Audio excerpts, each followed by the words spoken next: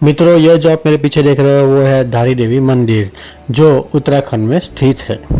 धारी देवी अलकनंदा की धारा के स्थित बीच एक ऐसा दिव्य मंदिर जिन्हें चारों धाम का संरक्षक भी कहा जाता है, जिन पर जिम्मेदारी है चार धामों की रक्षा की। यह इतना दिव्य स्थान है जहाँ पर माँ गंगा और माँ धारी देवी का मिलन होता है। यह ऐसी जागृत देवी है जिनकी प्रशंसा क्षेत्र में उन्नति लाता है और रौद्र प्रलय भी। इनका भव्य स्वरूप प्रतिदिन 3 बार बदलता है। जब जब इंसान ने माँ धारी देवी को शक्ति की चुनौती देने की कोशिश भी की है, तब उनकी भारी कीमत चुकानी पड़ी है।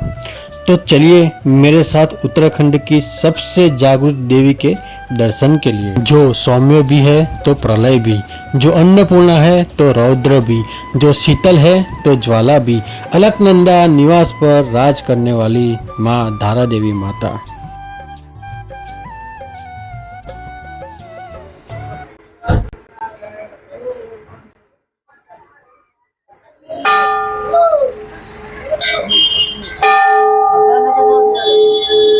जय धारी देवी माता।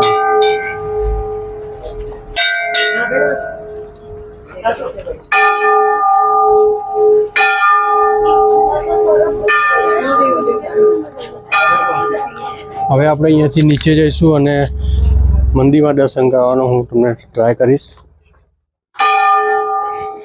અહીંયા તમે આવો તો આ સ્લોપિંગ વાળો જે રસ્તો છે, તો ઉતરવામાં થોડું તમે ધ્યાન રાખશો, પગ સ્લીપ ના ખાઈ જાય એનું ખાસ ધ્યાન રાખશો। લગભગ આ 1 કિલોમીટર જેવું હશે આ જે સ્લોપ વાળો છે તે।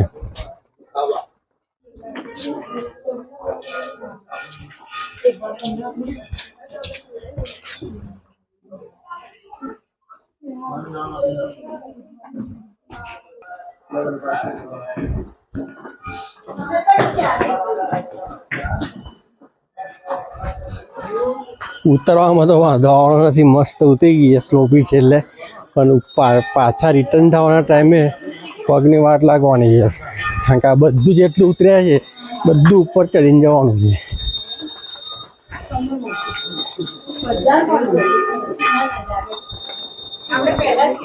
આવો તો અહીંયા ગાડી પહેલાં ચપ્પલની જે વ્યવસ્થા કરેલી છે, અહીંયા ગાડી ચપ્પલ ઉતારીને પછી આપણે આગળ મંદિરમાં જવાનું રહેશે। જય માતા રાણી।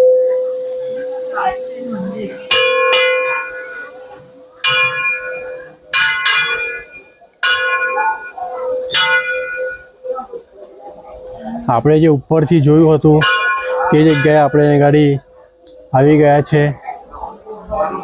આ જે વ્યૂ આપણે જોઈએ છે તે મંદિરમાંથી આપણે આ વ્યૂ લીધેલો છે અને ખૂબ સુંદર વ્યૂ છે। આપણને એવું લાગશે ને કે આપણે અહીં ગાડી ઉત્તરાખંડમાં આવેલા છે। અને એવું પણ કહેવાય છે કે આ ધારી દેવી ઉત્તરાખંડની 4 ધામની રક્ષા કરે છે। તમે ક્યારે પણ 4 ધામ યાત્રા માટે આવો છો તો આ મંદિરે દર્શન કરવાનું નહીં ભૂલતા। હર હર મહાદેવ, જય માતા। તો મિત્રો, અત્યારે આપણે જે નદીની વચ્ચે જે મંદિર છે ત્યાં આગળ આપણે જઈએ છીએ અને મંદિરમાં જવા માટે જે વચ્ચે જે બ્રિજ બનેલો છે ત્યાંથી આપણે પસાર થઈ રહ્યા છે અને શક્ય છે તો હું તમને દર્શન કરાવીશ, કારણ કે ઘણા બધા મંદિરોમાં એ આપણે પ્રતિબંધ હોય છે કે આપણે મંદિરમાં ત્યાં આગળ ફોટો વિડીયો તે લઈ શકતા નથી। આપણે ટ્રાય કરીશું કે કરવા દે, જોઈએ આગળ। મિત્રો, અહીંયા આગળ માતાજી એક દિવસમાં 3 વાર રૌદ્ર સ્વરૂપ બદલે છે। સવારે છે તે નાની બાળકી હોય છે, બપોરે છે તે મહિલા હોય છે અને સાંજ પડતા પડતામાં તે એક વૃદ્ધ મહિલા બને છે। તો મિત્રો, મારી ચેનલ થ્રુ તમે જરૂરથી દર્શન કરી લેશો અને વિડીયો ગમ્યો હોય તો આગળ જરૂરથી શેર કરશો। મિત્રો, ધારી દેવી માતાને 4 ધામની સંરક્ષક માનવામાં આવે છે અને બધા માને છે કે 2013માં કેદારનાથમાં જે પૂર આવ્યું હતું એ ધારી દેવીના ક્રોધથી જ આવ્યું હતું। તે વખતે અહીંયા કામ કરી રહેલા વિદ્યુત કંપનીના માણસો ક્રેન બોલાવી અને જે મૂર્તિ છે ત્યાંથી હટાવવાનો પ્રયત્ન કર્યો હતો। આ ઘટનાની વાત કરીએ તો આપણે 16 જૂન 2013ની 5:30 વાગ્યાનો સમય હતો। જેવી ત્યાંથી મૂર્તિ ખસેડવાનો ટ્રાય કર્યો અને ત્યારે અડધો કલાક પછી કેદારનાથમાં ભયંકર પૂર અને પ્રલય આવી ગયો અને એ વખતે હજારો લોકોની મૃત્યુ થયું તેવું માનવામાં આવે છે. તે પછી આ જગ્યા ઉપર પાછી એ જ જગ્યા ઉપર મૂર્તિને મૂકી દેવામાં આવી અને એ પછી અહીંયા ગાડી એવું કોઈ કામ નથી કરતું જે માતાને ક્રોધ આવે. તમે પણ ચારધામ યાત્રા પર જવાના હોય તો ધારી દેવી માતાના દર્શન કરીને તમારી જે ચારધામની યાત્રા છે એ પૂર્ણ કરશો. આ મંદિરમાં આવ્યા હોય ને તમારે સ્નાન કરવાની ઈચ્છા હોય તો તમે આ જે રસ્તો છે ત્યાંથી તમે નીચે જઈ શકો છો અને સ્નાન કરી શકો છો, પણ પાઠ પર રહીને જ સ્નાન કરવું, અંદર જવું નહીં અને ગંદકી બિલકુલ બી નહીં કરવી. આ ધારાદેવી મંદિર છે અને આ જે તમે જુઓ છો તે છે દ્રૌપદી ઝૂલા.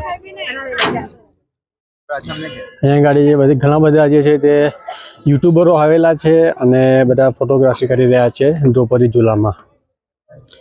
એમાં આ બી અમારા મિત્ર છે જે દ્રૌપદી ઝૂલામાં ફોટોગ્રાફી કરી રહ્યા છે. કેવું લાગ્યું અહીંયા? મજા આવી ગઈ ને? મેં કીધું મિત્રો ઉતરતા તો ઉતરી જઈશું 60 પણ જતી વખતે ચડવામાં વાર લાગવાની છે. તો મિત્રો આ રીતે મારા વિડીયો જોતા રહેશો અને આવા જ માહિતીવાળા વિડીયો જોવા માટે મારી ચેનલ ભાઈ ભાગશે આજે જ સબસ્ક્રાઈબ કરી લેશો. મળીએ આપણે નેક્સ્ટ ટાટા બાય બાય, ઠીક છે, જય શ્રી કૃષ્ણ. આજે અમારી ચેનલ આટલી છે મોટી, છતાં બહાર નહીં લાગે. સબસ્ક્રાઇબ કરો. બાય.